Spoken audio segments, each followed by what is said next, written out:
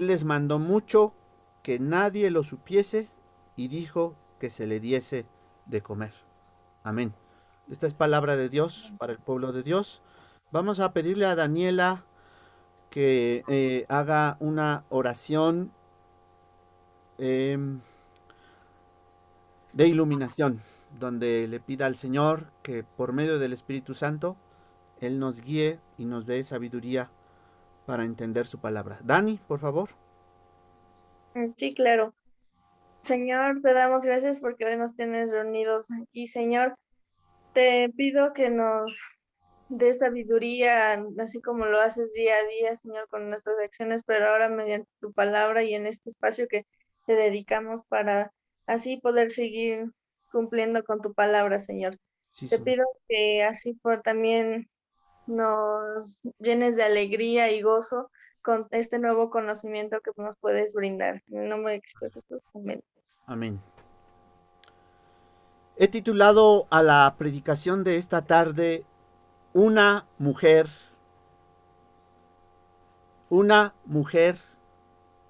anónima dice toda la verdad. Una mujer anónima dice toda la verdad. Y el versículo 33 es central para que haya escogido este título. Dice el versículo 33, pero entonces la mujer, temiendo y temblando, me recuerda aquí un libro de Kierkegaard, Temor y Temblor, sabiendo lo que en ella había sido hecho, vino y se postró delante de él y le dijo toda la verdad. Algo que puede atormentarnos sobremanera en esta vida, hermanos, es el engaño. Es la mentira. ¿Qué dice el Salmo 32, el versículo 3? Salmo 32, 3. ¿Cómo dice? Mientras callé, se envejecieron mis huesos en mi gemir todo el día. La Dios habla hoy, dice, mientras no confesé mi pecado, mi cuerpo iba decayendo por mi gemir de todo el día. Lo interesante del relato del Evangelio es que esta mujer no está ocultando un pecado. Esta mujer ha sido víctima, como tantas otras mujeres, del sistema religioso y social de su tiempo. Y para darnos cuenta de entrada podemos notar un contraste. El versículo 21, Marcos 5, 21, dice, el versículo 22, y vino uno de los principales de la sinagoga. Noten, este personaje es un principal de la sinagoga y dice que se llama Jairo, llamado Jairo. Y luego que le vio, es decir, que vio a Jesús, se postró a sus pies. Contrastemos la acción y la reacción de este hombre con el versículo 25. Pero una mujer que desde hacía 12 años padecía de flujo de sangre y había sufrido mucho de muchos médicos y gastado todo lo que tenía y nada había aprovechado, antes le iba peor, cuando oyó hablar de Jesús, vino por detrás entre la multitud. Hay un contraste. Hay un contraste claro entre un hombre que es poderoso, un hombre que tiene nombre, se llama Jairo, y un hombre que puede tocar a otro hombre llamado Jesús. Y en un contrasentido tenemos a una mujer también atormentada que sufre, como he dicho, la violencia social, religiosa, incluso la violencia sanitaria, porque dice que ha sufrido mucho de muchos médicos. Una mujer que no tiene nombre, una mujer anónima, que viene por detrás. En griego, opistén. Viene por detrás. Y aquí encontramos en el relato del Evangelio de este día cómo es más fácil para los hombres en determinados contextos relacionarnos de ciertas maneras que para las mujeres.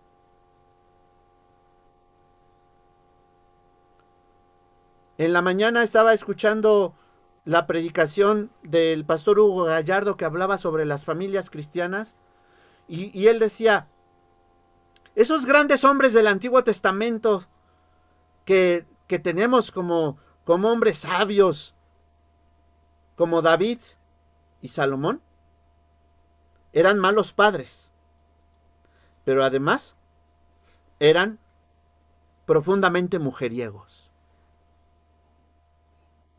Entonces, un hombre puede tener muchas mujeres y la sociedad no va a tener ningún problema con que ese hombre tenga muchas mujeres. Hasta se alienta esa cuestión y hasta se le reconoce al macho que tiene tantas mujeres. Pero en el caso de las mujeres que se atreven a hacer eso, no andar con 3, con 4, con 5 mujeres con 5 hombres al mismo tiempo como un hombre puede hacerlo o podría hacerlo. Esa mujer es una mala mujer.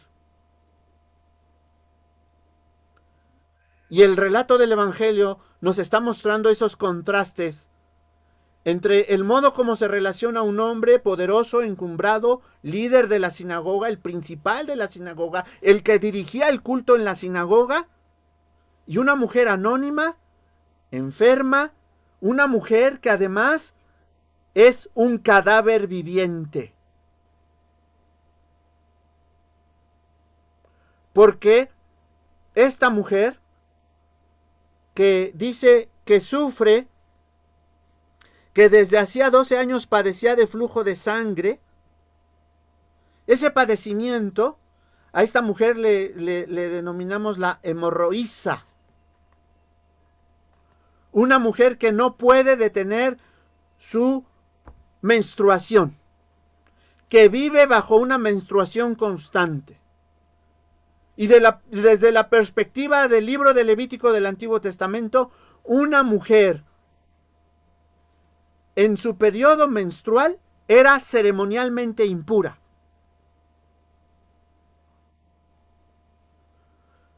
Cuando una mujer tenía un varón, debía cumplir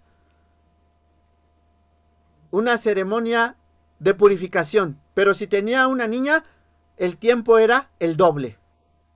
En el caso de un hombre eran 40 días de purificación y en el caso de una niña eran 80 días, para notar que la mujer era objeto doblemente de impureza que un hombre. Y esta mujer que padecía esta enfermedad tenía que vivir aislada de la sociedad, recluida en unas casas especiales para estas mujeres, para los leprosos. Y esta mujer no podía tener relaciones sexuales, no podía casarse, no podía tocar a nadie, porque quien la tocara se contaminaba y las cosas que ella tocaba se contaminaban. Fuera el plato donde ella comía, la silla donde ella se sentaba, todo quedaba contaminado. Nosotros escuchamos con frecuencia, hermanos, ese lugar común que se ha vuelto en nuestras iglesias: déjate tocar por Dios. Deja que Dios te toque. Pero ¿saben qué? El evangelio de este día le da un vuelco a esa frase, a ese lugar común que como protestantes, que como evangélicos utilizamos con mucha frecuencia y que sale de nuestra boca, especialmente cuando estamos tratando de compartir a alguien el evangelio y le estamos diciendo, déjate tocar por Dios. Pero en el evangelio de este día nos da un vuelco a esa frase, porque aquí el milagro es que Dios se deja tocar.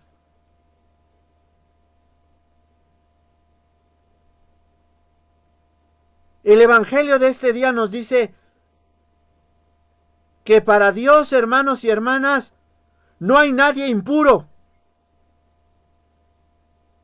Que para Dios,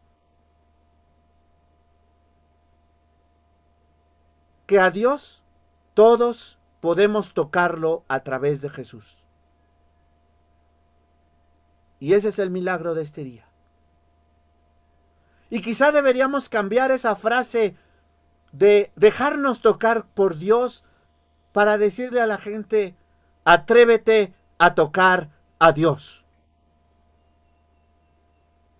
Y si yo pudiera darle un subtítulo a mi predicación de esta tarde, que dije hace un momento, una mujer anónima dice toda la verdad.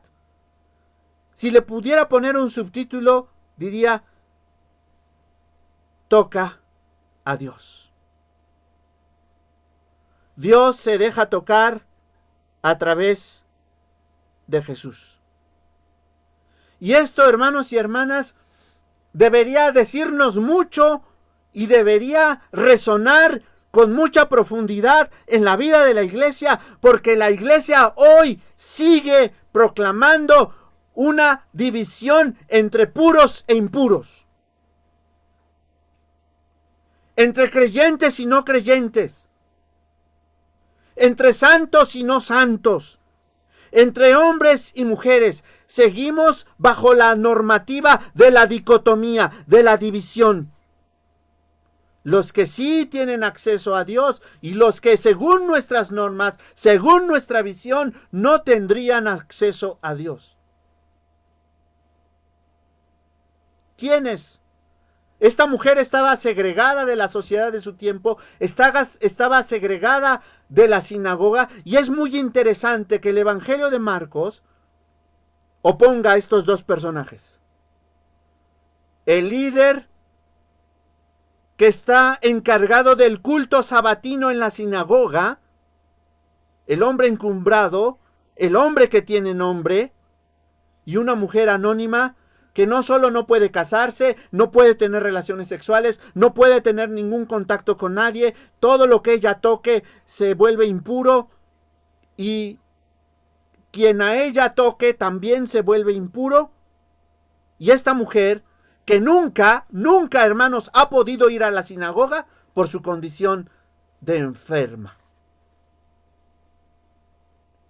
Y el Evangelio de hoy nos dice que la iglesia cristiana debe superar las normas de pureza del judaísmo. Porque a la luz de Jesús tenemos que interpretar toda aquella normativa del libro de Levítico frente a la experiencia de esta mujer con Jesús. Y es muy importante, estructuralmente hablando, que el Evangelio nos muestre que para que Jesús pueda sanar, y aquí hay otro contraste, a la hija de Jairo. ¿Y cuál es el contraste? Vamos al versículo 23. ¿Qué dice el versículo 23?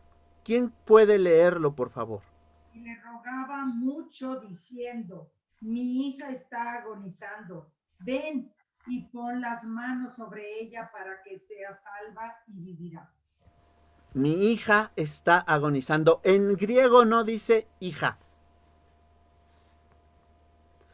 en griego dice hijita.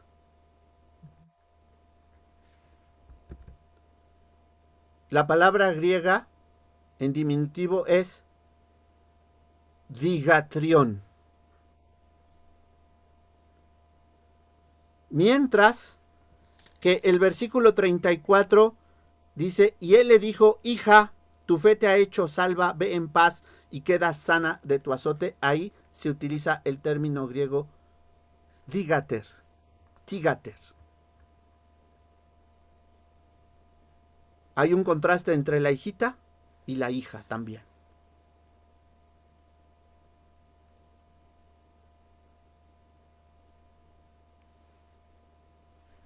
Vamos al versículo 34. El versículo 34, el versículo, perdón,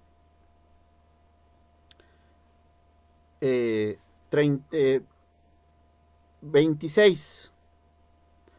Marcos 5:26 dice, y había sufrido mucho de muchos médicos y gastado todo lo que tenía y nada había aprovechado, antes le iba peor. Alrededor de esta mujer había un cerco sanitario.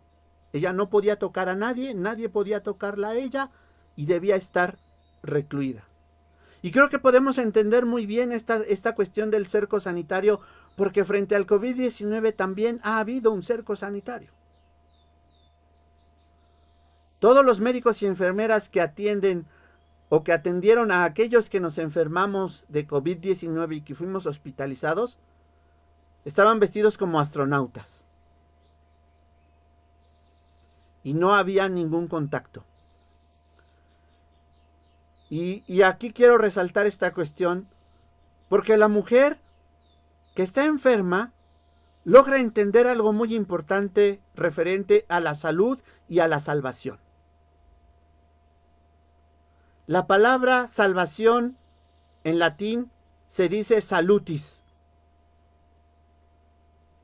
Y de latín salutis no solo proviene nuestra palabra salvación, sino también nuestra palabra salud.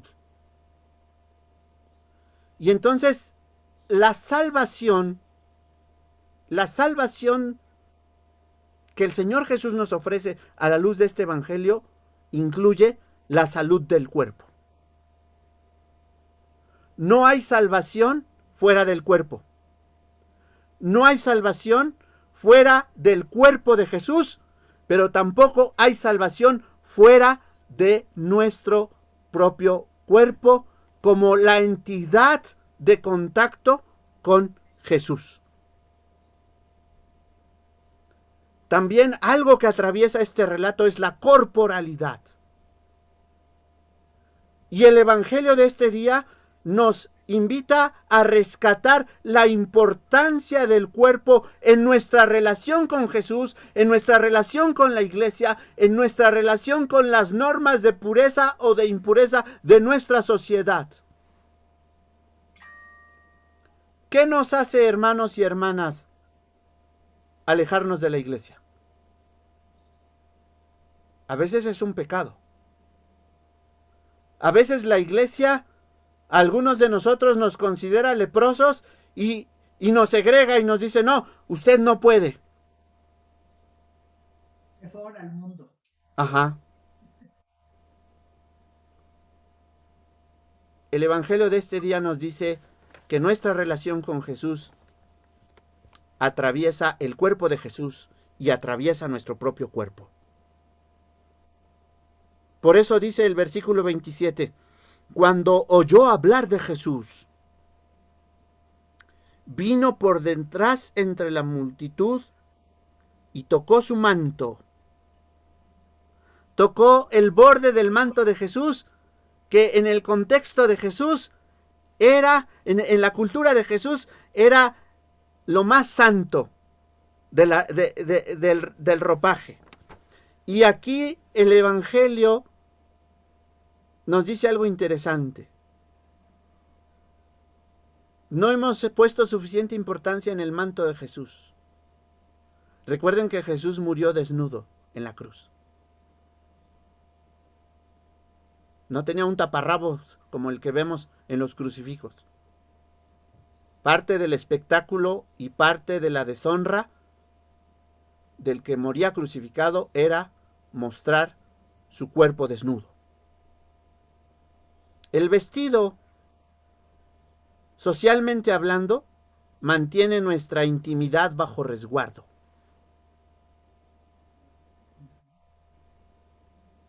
El vestido nos protege de la mirada ajena. Pero al mismo sentido que el vestido resguarda nuestra intimidad de las miradas ajenas, el vestido al mismo tiempo nos abre al contacto con los otros.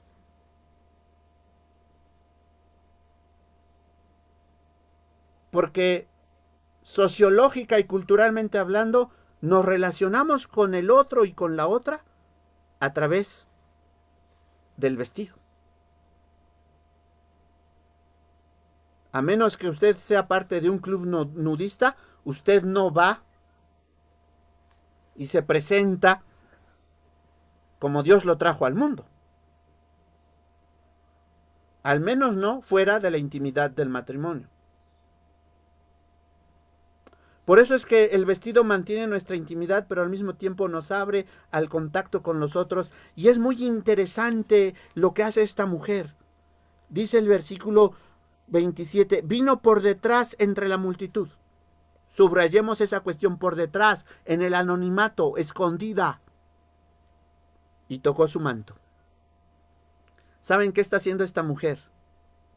Esta mujer está tomando su salud en sus manos. Y esta mujer, que ha sido segregada por una ley, por la Misná, por la ley judía, que prohíbe expresamente eso, violenta esa ley. Y es muy importante, hermanos, que frente a las leyes injustas, nosotros estemos llamados a rebelarnos, porque esta es una ley injusta. Y esta mujer se rebela ante esa ley injusta. Por eso el apóstol Pablo escribió en la carta a los romanos, la letra mata. ¿Qué letra, hermanos? La letra de la ley. La letra mata, pero el espíritu vivifica. Por eso, en lugar de ser dogmáticos y aplicar a pie juntillas la ley, la letra de la ley que mata, que estaba matando en vida a esta mujer, debemos leer la Biblia como Jesús la leyó, leer el espíritu de la ley. ¿Cuál es el espíritu de esa ley? Tocó su manto, versículo 28, porque decía, si tocare tan solo su manto, ¿seré qué cosa, hermanos y hermanas? Seré salva.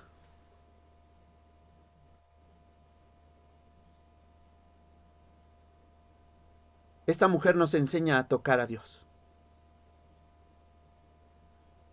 Esta mujer nos enseña a rebelarnos a las normas, a las teorías, a las leyes que nos segregan, que nos alejan de Dios. Y dice el versículo 29, y enseguida la fuente de su sangre se secó, y vean, y sintió en el cuerpo que estaba sana de aquel azote. Y lo otro que quiero rescatar de este texto es que Jesús es la fuerza sanadora de Dios. Y que cuando nosotros, rompiendo con ese tradicionalismo, violando esas leyes injustas, vamos y tocamos a Dios a través del Señor Jesús, nosotros vamos a obtener esa fuerza sanadora para nosotros.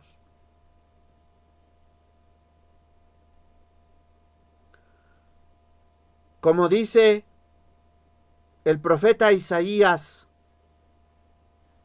fuimos curados a través de sus llagas. Y por eso hay que rescatar el cuerpo en nuestra fe, en nuestro modo de relacionarnos en la iglesia. Somos curados, hermanos, a través del cuerpo de Jesús. Y quien descubrió eso fue esta mujer anónima. Que somos curados a través del cuerpo de Jesús. Por eso, en el Evangelio de este día, podemos reconocer la importancia de nuestro propio cuerpo en nuestro proceso salvador. Somos la salvación que Jesús nos ofrece, implica también la salud de nuestro cuerpo. Y cuando hablo de la salud de nuestro cuerpo, implica también la salud mental. ¿Ustedes creen que psicológicamente hablando, esta mujer no era atormentada por todo lo que le habían enseñado desde niña? Y la experiencia de esta mujer era que había sido atormentada por quienes debían darle salud. Y quiero contrastar entonces este versículo 29. Y enseguida la fuente de su sangre se secó y sintió en el cuerpo que estaba sana de aquel azote. Con el versículo 26. Y había sufrido mucho de muchos médicos y gastado todo lo que tenía. Esa enfermedad la había arrojado a la pobreza. Y nada había aprovechado, antes le iba peor. La salud física, hermanos y hermanas, y también la salud mental, la vamos a encontrar en Jesús. Por eso leímos hace un momento el Salmo 32. Mientras callé, envejecieron mis huesos.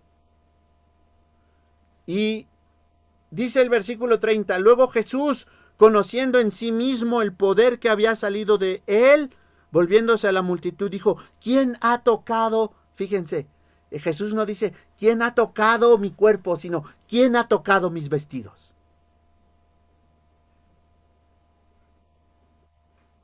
Ya hablé sobre la metáfora del vestido. ¿Quién ha tocado mis vestidos?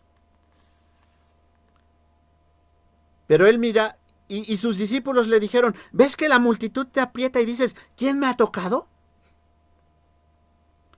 Por favor, ahí la gente estaba remolinada y los discípulos dicen, ay maestro, pero tu comentario es absurdo porque aquí todos estamos apretujados, estamos cuerpo con cuerpo. Literalmente hablando, todos en lo que en la Revolución Mexicana se conoció como la bola, ¿no? Literalmente hablando, toda esa bolita, toda esa bola, ya estaba contaminada. Por eso esa ley de segregación no servía, porque no impedía el contagio. La solución estaba en la superación de esa ley absurda de segregación.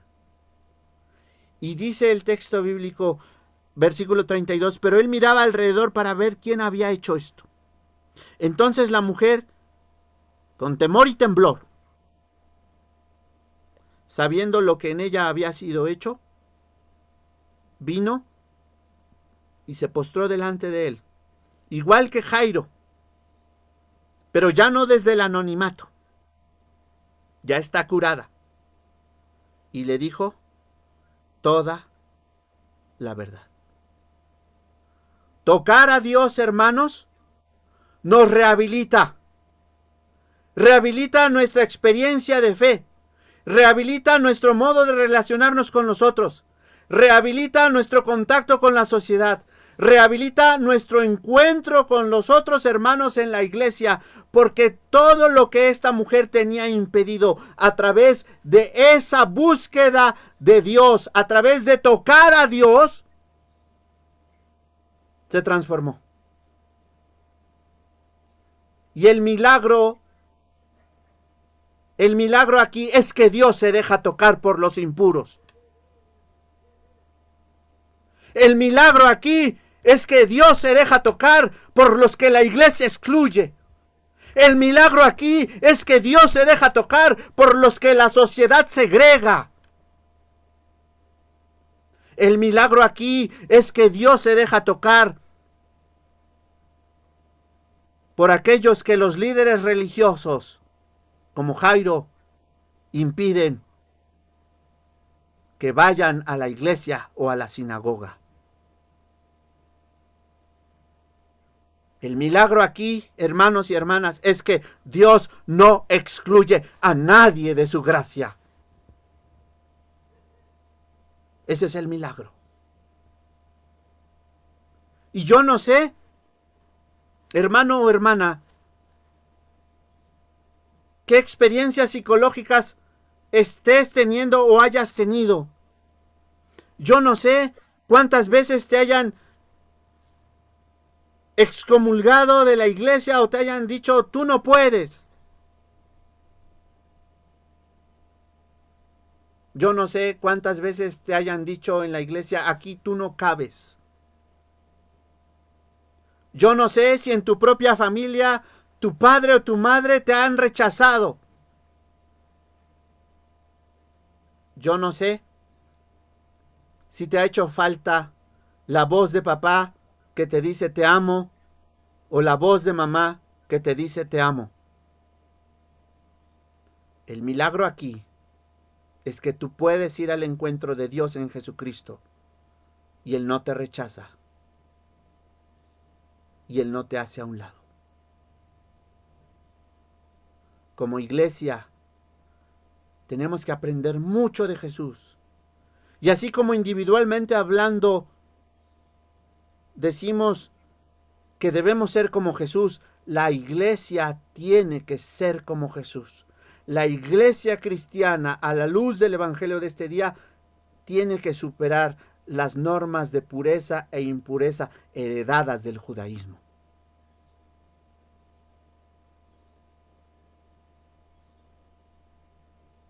Me ha dejado boquiabierto el evangelio, hermanos.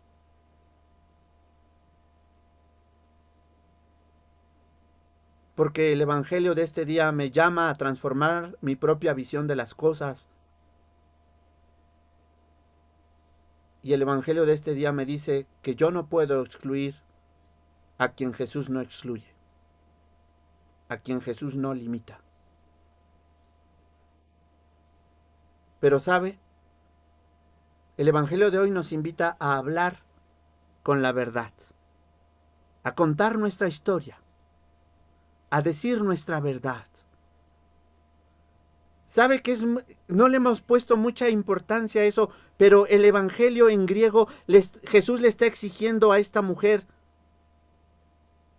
que diga la verdad. Y aquí la verdad, hermanos, alethein. Aquí la verdad, en griego dice pasantein alethein. Aquí la verdad no es una cuestión de un conocimiento intelectual. Aquí la verdad pasa por una experiencia corporal.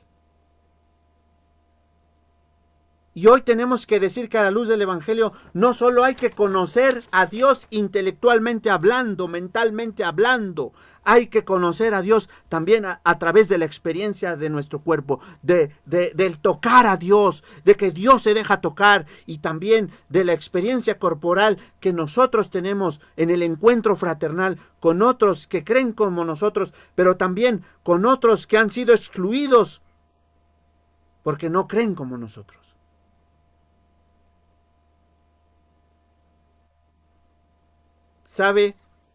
Saben que psicológicamente hablando, Jesús no solo ha sanado corporalmente a esta mujer, sino que la ha sanado también mentalmente, porque el hecho de que esta mujer hable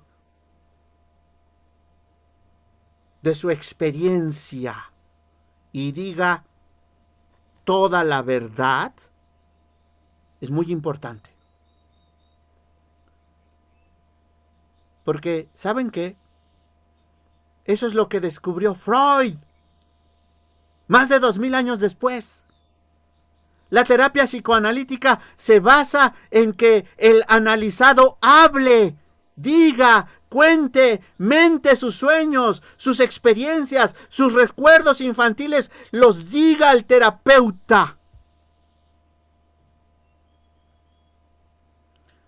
Y Jesús le exige a esta mujer que hable.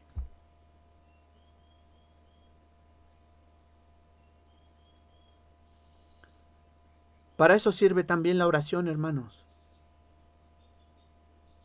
Y la oración sirve para que usted delante de Dios, como decimos, despepite todo. Diga todo y le cuenta a Dios lo que le duele y le cuenta a Dios sus frustraciones y le cuenta a Dios lo que usted quisiera que pasara en su vida y le cuenta a Dios sus sueños, sus anhelos y le cuenta a Dios sus pecados más terribles y que le diga, sí, Señor, tú puedes salvarme. Y no voy a continuar con el relato de la salvación de la hija de Jairo, pero era importante esto, que Jesús hace que esta mujer hable también como testimonio para Jairo. Jairo, tu hija de 12 años está moribunda, tu hijita, porque el Evangelio dice tu hijita. Pues mira, esta mujer que tiene la edad de tu hijita ha sufrido todo lo que tú has escuchado de ella.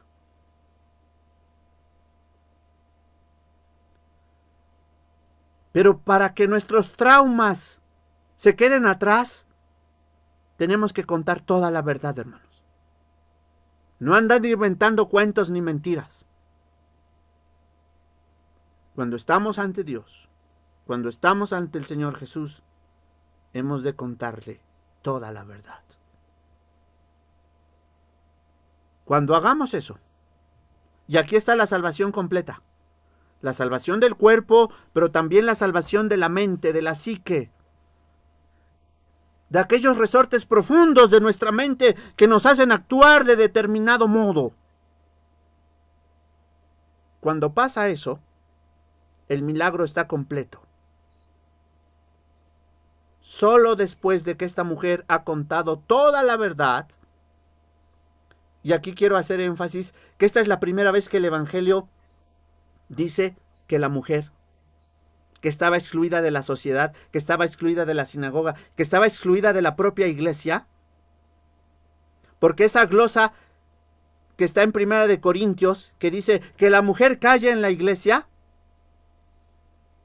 este texto nos está diciendo que Jesús anima a esta mujer a hablar en medio de la iglesia. ¿Y hablar qué? Toda la verdad. En ese sentido, esta mujer es la primera doctora de la iglesia en el sentido de que enuncia una verdad teológica profunda. ¿Y cuál es esa verdad teológica profunda que enuncia esta primera doctora de la iglesia?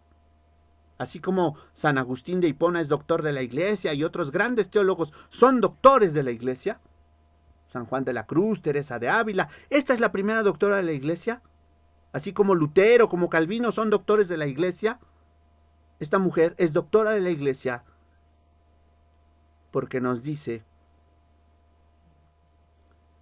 al contarnos toda la verdad, que es posible tocar a Dios y que Dios se deja tocar por los excluidos. Y que la salvación completa implica la salvación del cuerpo a través del cuerpo de Jesús. Antes de la crucifixión, esta mujer nos enseña que la salvación pasa por tocar el cuerpo de Jesús. Esa es la verdad que esta doctora de la iglesia nos enseña. Jesús la saca del anonimato y hace que hable. Y solo cuando acontece eso, el milagro está completo. Y el milagro está en el versículo 34. Y él le dijo, hija, tu fe te ha hecho salva. ve en paz y queda sana de tu azote. Las mismas palabras que Jesús le dirigió a la mujer sorprendida en adulterio. Vete y no peques más. Aquí le dijo, vete en paz y queda sana de tu azote. Hermano y hermana, yo no sé qué es lo que hoy te atormenta. Yo no sé cuál es tu azote, cuál es tu preocupación, cuál es tu pecado que te tiene encadenado o encadenada. Yo no sé. El Señor Jesús hoy te dice, yo no sé cuáles son los traumas de tu niñez, de tu adolescencia, de tu juventud. Yo no lo sé. El Evangelio de este día nos dice, hijo,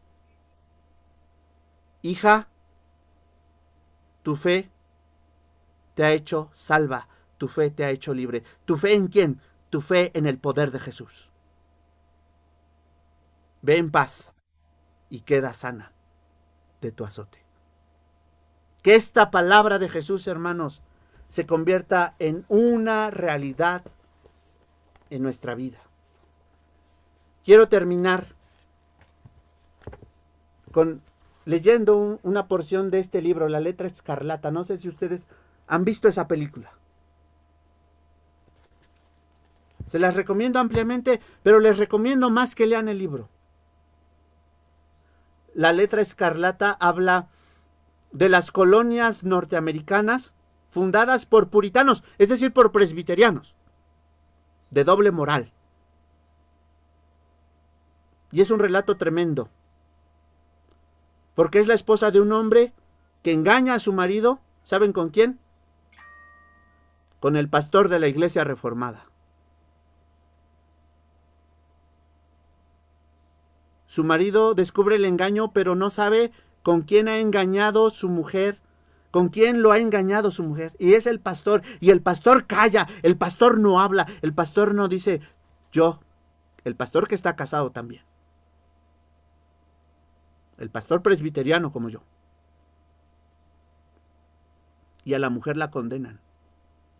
La condenan a llevar una letra A grandota en el pecho, que es la letra escarlata, signo de su pecado. Solo voy a leer un párrafo para contrastar el mensaje del Evangelio con lo que es muchas veces el mensaje de la iglesia. Quienes hablan aquí son buenos cristianos, van a la iglesia, dice, honradas esposas, dijo una dama de 50 años de facciones duras. Voy a decirles lo que pienso. Redundaría en beneficio público si nosotras, las mujeres de edad madura, de buena reputación y miembros de una iglesia presbiteriana reformada, tomáramos por nuestra cuenta la manera de tratar a malhechoras como la tal Hester Prynne, el nombre de esta mujer. ¿Qué piensan, comadres? Si esa buena pieza tuviera que ser juzgada por nosotras, las 5 que estamos aquí, ¿saldría acaso también librada como ahora, con una sentencia cual la dictada por los venerables magistrados, los ancianos de la iglesia? No, por cierto. Buenas personas, decía otra. Se dice por ahí que el reverendo señor Dimsdale, su piadoso pastor espiritual, se aflige profundamente de que escándalo semejante haya sucedido en su congregación. Los magistrados son caballeros temerosos de Dios, pero muy misericordiosos, esto es la verdad, agregó una tercera matrona, ya entrada en la madurez de su otoño. Al menos deberían haber marcado con un hierro en brasa la frente de Hester Prynne. Yo les aseguro que habría sabido entonces lo que era bueno. ¿Pero qué le importa a esa zorra lo que le han puesto en la cotilla de su vestido? Lo cubrirá con su broche o con algún otro de los adornos paganos en boga y la veremos pasearse por las calles tan fresca como siempre. Ah, dijo una mujer joven, casada, que parecía de naturaleza más suave y llevaba un niño de la mano. que cubra esa marca como quiera, siempre la sentirá en su corazón. ¿Estamos hablando de marcas o sellos infames en el corpiño del traje? ¿En las espaldas? ¿O en la frente? Grito otra.